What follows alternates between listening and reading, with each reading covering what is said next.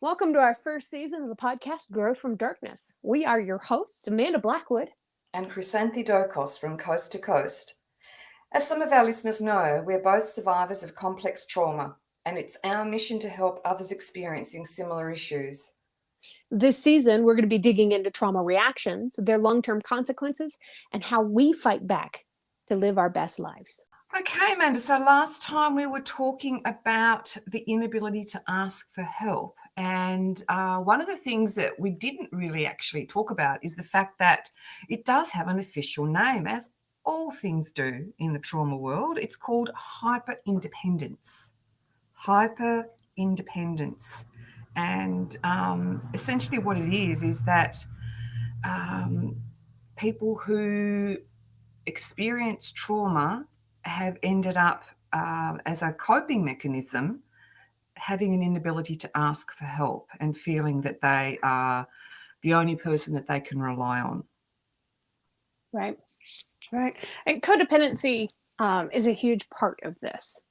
You know, hyper independence can lead to codependency, and they sound like complete opposites, but they're really not. Yeah, it's fascinating. I don't think we covered this last time. I probably should have listened to last week's episode first, but that's okay. But hyper independence, it can lead to codependency, because even though it's almost the opposite, codependent relationships make it difficult to enforce the boundaries, and that means that one party can focus entirely on the other at the expense of their own well-being. That's what codependency is. And childhood trauma and neglect can cause people to fawn, which is a type of trauma response. Yes. Freeze, flight. I know I got those in a funky order, but that's okay too. But a type of trauma response, fawning, involves trying to please the person that is harming them. People who do this can do this because they're hyper independent. So they might start to praise the people that are hurting them because they're trying to avoid. They want to be left alone. Yeah, exactly. Yeah. So there's a few reasons why or not how it sort of looks, and we talked about them last time. We talked about overgiving. We did talk a lot about codependency.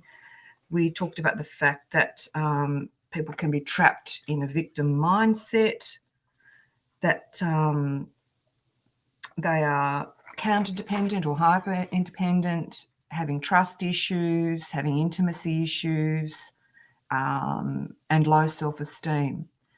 And the last one we talked about was limiting beliefs, not allowing you to ask other people for help. So the idea that perhaps, people aren't going to be there for you because in the past you've been neglected.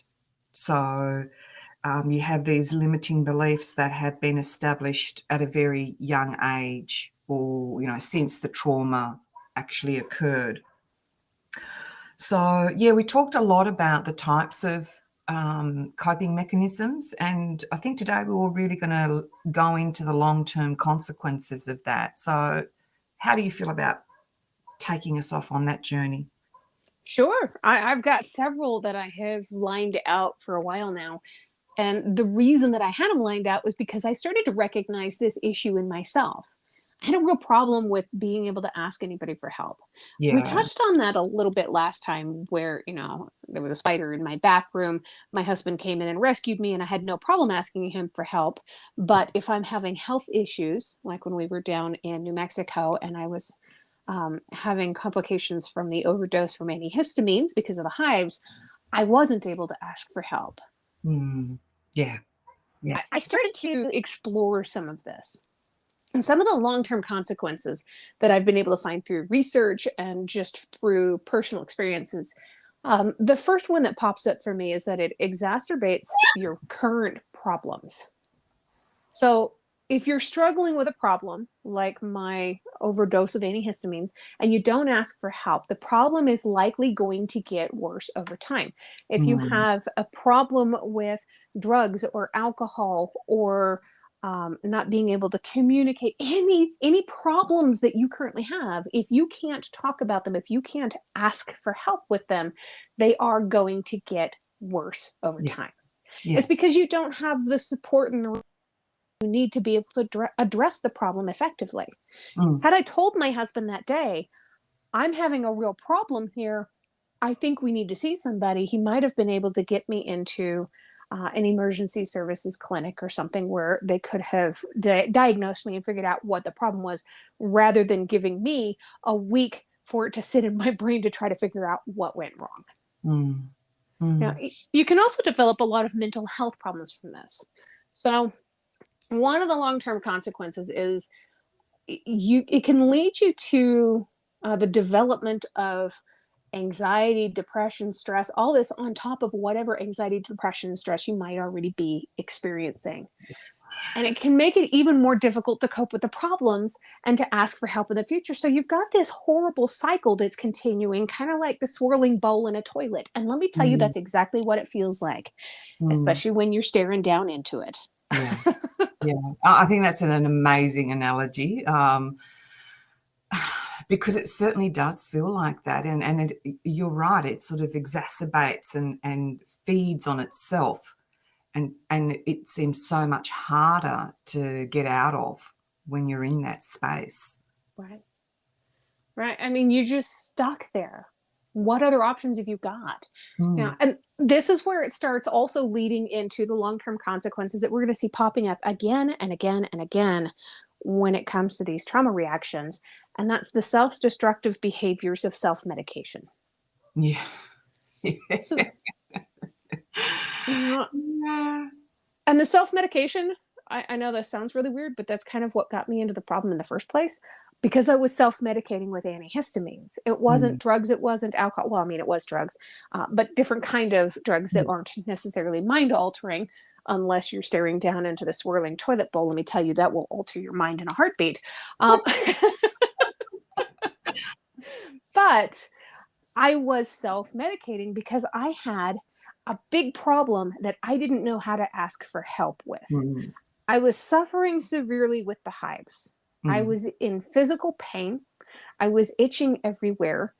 I didn't know what to do about it. And the doctors that I had seen weren't really advocating for me. And my inability to ask for help, prevented me from being able to ask for that assistance from those doctors and to self advocate. Mm. Well, since going through all of this and having done the research specifically to be able to do this episode, I've learned a lot more about self advocating when it comes to this kind of stuff and how to ask for help. One of the things that really helped me was writing it down.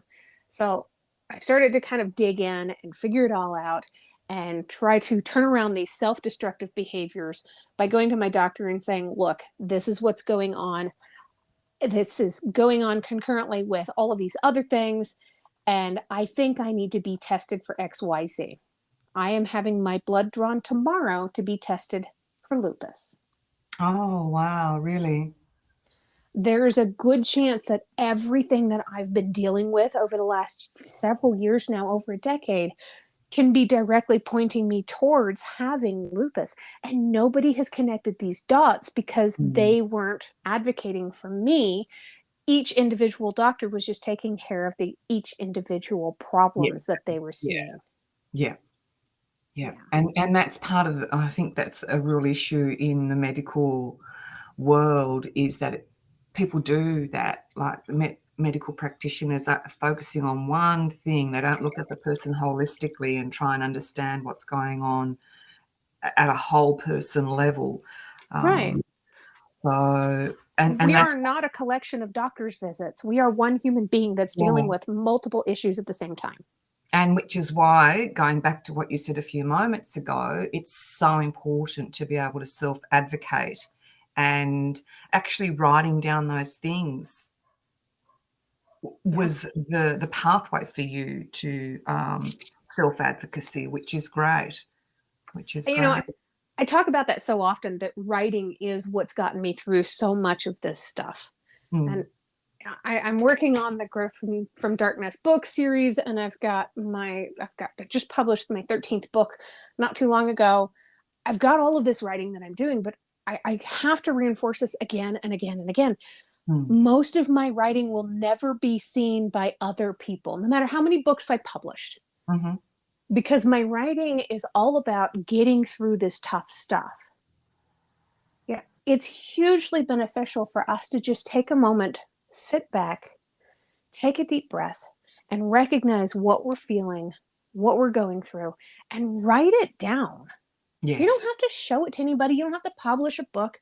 You don't have to do any of that stuff. You can, in fact, put it in a fireplace, light it on fire, and watch it go up in smoke and hope that your problems go up in smoke with it. I've tried that. It doesn't work, but it's still worth a shot.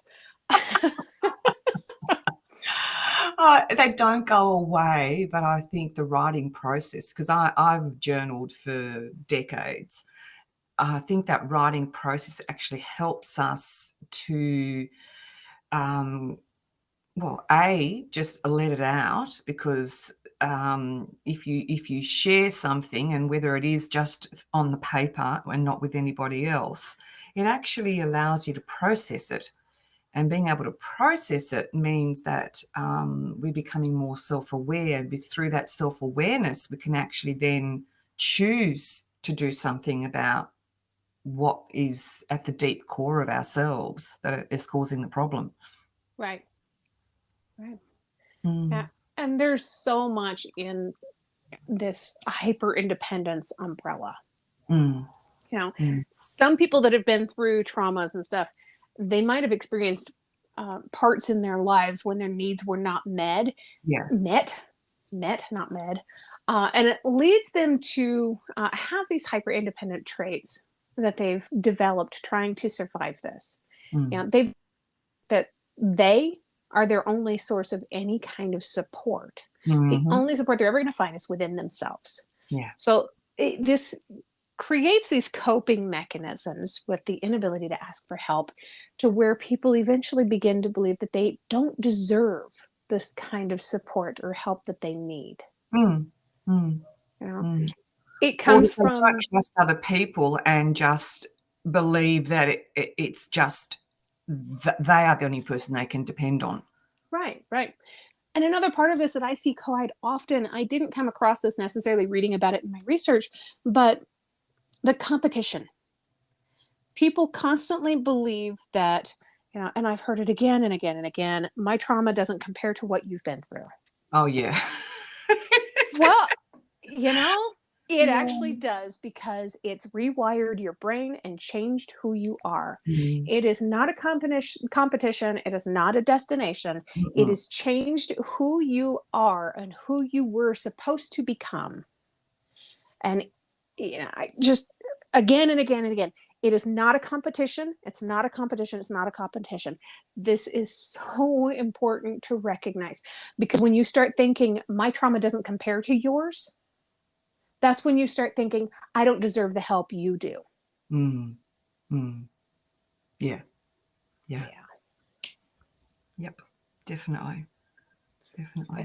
And it's such a stressful place to be. I mean, when you feel like you don't deserve the support, when you feel like what somebody else has been through is worse than what you've been through, or when you feel like, yeah, I am less because you are more, you are putting yourself down in the same way that any kind of abusers would be happy to do for you.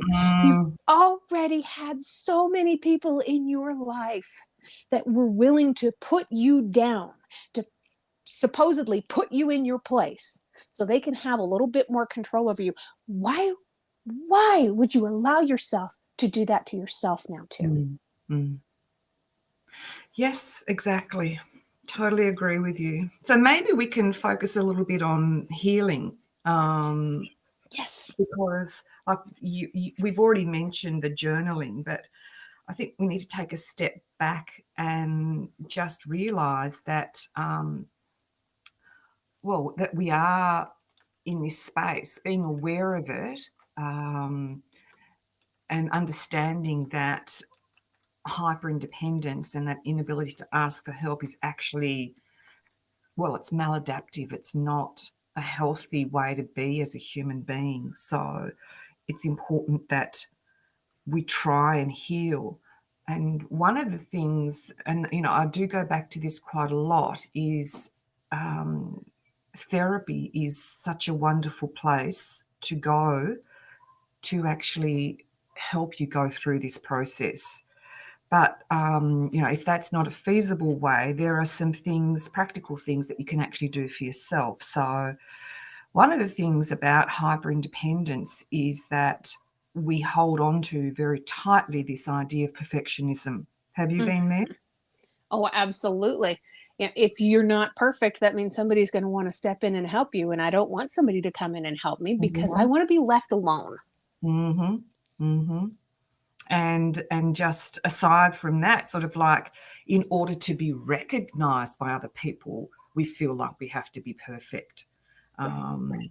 So it's about letting go that perfectionism and firstly being aware that you are a perfectionist, and where that stems from, and then letting it go when you find yourself, like, for example, I'm just doing some study which I've mentioned before, and I've been getting really high marks, and if I don't get that high mark, I start criticizing myself. So that's a real indicator of perfectionism. So Yes. once I became really aware of that, I thought, this is okay. The whole of my life does not rest on me getting the highest marks in these assignments. It's about learning and just getting it done. So how about letting it go, Chrysanthi, that, it's not the end of the world. For me, when I'm doing it, it feels like the end of the world. It feels like I have to get the highest mark possible. So recognizing that you are a perfectionist and finding those behaviors where you are behaving in that way is the first step to healing.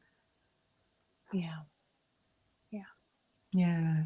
And one of the other things I've got here is that often our identity is tied up with other people, which is what I mentioned a moment ago, that we have to be perfect so that other people think we're good people.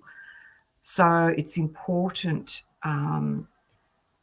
as part of your healing, to let go of what other people think of you. It's actually about exploring our identity outside of others Right. and, valuing ourselves, having integrity to ourselves, and being kind and compassionate to ourselves, and loving who we are for just because of who we are. No other reason. Right. We're alive. That's enough. Mm, mm, yeah. Have you heard of the task, trust, ask method? Task, trust, ask. No, I haven't. Tell us about that. So, the task, trust, ask method, these are the things that a hyper independent person, a person with the inability to ask for help, these are the things that they struggle with the most. So, one of the Mm, best coping mechanisms that you can use if you find that you have an issue with this is to assign tasks. This is the first step. Assign tasks to someone else, even when you think and you know that you can do it. Have mm, somebody help you. It can be something very small. It can be like asking your kid to go get you a glass of water. It can be something a little bit more complex. I'm working on a mentorship program and I'm now asking for help from people saying, hey, what are the best programs to be able to build this through? mm, mm. So, assigning the task to someone else, you go find the software I need to use. Yeah. So, once the task is assigned, um, once that's completed, you're going to start to build a trust with that person. They did what you've asked them to do. Now you can trust them to do something more, maybe even Mm, something bigger. mm, That's the trust part. The ask part is once you've started to trust the person, it will be easier for you to ask them for additional help in the future. So, task, trust, and ask. Go through those three steps to start to build a relationship with somebody. And eventually you guys are going to continue to go through this methodology, and it's going to make you a stronger friendship, a stronger relationship, a stronger father-son bond, whatever it is that you've got. This is going to help with that hyper independence and you learning how to trust and depend on somebody else. I love that. I love that. Yeah. Yep. That's fantastic. Because also then it takes us to this idea that we can, as adults, ask for help, and being able to realize that is so important in our healing process. Even if it wasn't there as a child, now as an adult, we can make a conscious decision to rebuild that trust in others, and asking for help in the way that you've just described in that 3-step process is part of that. That's fantastic. And we also want to make sure that we take a moment to understand the differences between hyper independence and good leadership. So if you're in the role of being a leader, I had a group of employees under me at one point, and I had this thing where I wouldn't ask them to do anything that I wouldn't myself do. And that's different from hyper independence, because I would still ask them to do these things, but I would be there doing it with them. So if you really struggle with the task, trust, ask method, you can task somebody with something and help them through it the first time. After that, give them their autonomy, give them their independence, let them complete the task on their own. Yes. Even if it's a different task, making sure that you're willing to do what it is that somebody else is doing is not necessarily hypervigilance or hyper independence, but that really is the mark of a strong leadership. Yes, absolutely. Absolutely. It's so important to understand and recognize the differences here. There's one that's very healthy and there's one that's very not healthy. Well, I think part of it is actually normalizing asking for help and not actually seeing it as a sign of weakness. Right. And that's one of the things that holds people back who have experienced severe trauma, is that it isn't normal to ask for help. And when you have in the past, it has been seen as a weakness. And then that gets tied up with your identity and sense of self, and goes back to the idea of perfectionism. So in our own minds, actually training ourselves to feel like it is normal, it's actually human to ask for help. And it's part of that, actually, as you just said a moment ago, developing a relationship with somebody, and letting go of that mistrust. It's so important in our healing work. Right. And there's another part of this too that I think a lot of people are going to have a really difficult time hearing, because it's kind of a 3-letter dirty word that nobody wants to hear. Ooh. Yeah. Check your ego. Nobody wants to hear this, because nobody wants to believe that their traumas or their trauma reactions are tied to their egos. But your ego, when you're in this kind of a situation, has a major role here. Once you have been able to identify yourself as a hyper independent person with this inability to ask for help, you have to make sure that you keep your ego in check. This is probably the number one way of being able to fight back against this. So let's say you have a task that you need to have done. Your ego is going to tell you that you can do it all by yourself. At that point, you need to question yourself. Number one, can you really do it all by yourself? And number two, do you need to do it all by yourself? If you feel like you need to do it all by yourself, unless it's something deeply personal, like wiping your own butt, you need to keep your ego in check. Yeah, it's really interesting, isn't it? Because it very much goes back to mistrusting other people. Mistrusting? Did I get that correct? Yes. Yeah. That's a word.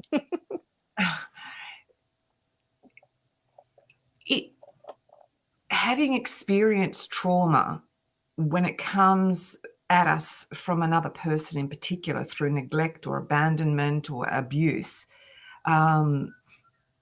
it's very hard to trust other people. It's very hard to make those social connections. And so, being hyper dependent, excuse me, I'm struggling with my words today. Being hyper independent is safe and it's normal or normalized in our brains if we're trauma survivors. Yet the world relies on being social, interacting with other people. We are social human beings. Being human is being social. And so it's so important for us to actually create those relationships with others and not to feel that mistrust and feel that we're weak if we're asking for help. Right. Am I going around in circles here? No, you totally make sense. Yeah. And there was something that I heard the other day that I had to write down because it made such an impact on me. It was a single sentence, but it meant so much to me in that exact moment. Some people would prefer to live without hope than face possible disappointment. Yes. And we're Yes. talking about asking for help here. So you're needing help, you know that you need help, but you would rather live without hope for your own future than face the possible disappointment that whoever you ask is going to fail you. Yeah. And I think that leads on to something else I wanted to bring into the conversation, is that we need to understand what the cost is of not asking for help. And so actually sitting down and making an inventory maybe of what it's costing us to not ask for help may help us in that process. Yep, agreed. Yeah. Well, we only have a couple minutes left. So let's see if we can come up with some more positive ways of being able to end this episode this week. Can you think of a time where you were pleasantly surprised when you asked for help or feedback or something like that that fits in with this hyper independence and fighting back against it? Yeah, actually writing my book and developing the structure for my book, I was struggling with, and I was going round and round in circles for weeks and weeks on end. And then I finally contacted my mentor and I said, look, I'm really struggling. Could you give me some help? And within half an hour, we had it sorted, down pat. And then I was right. I sat down and then wrote my book. Wow. That is beautiful. Yeah. But it was so hard for me at that time to reach out and ask for help. It was sort of like, well, I should have known how to do this. What about you? Probably my biggest was advocating for myself recently at the doctor's. So I went in to my allergy doctor because my hives were just completely out of control. And I told them, I said, look, I can't keep dealing with this. Nothing is helping. The medication that you're giving me, these injections in my arms, it's not doing it. And I need to know what my future looks like because I've got plans. I've got life to live. And this isn't living. And she told me, she said, you have one of the worst cases I have ever seen. Oh, fabulous. And every step of the way, I have been wrong about your case. So I'm going to give it to you the short and sweet, cut dry.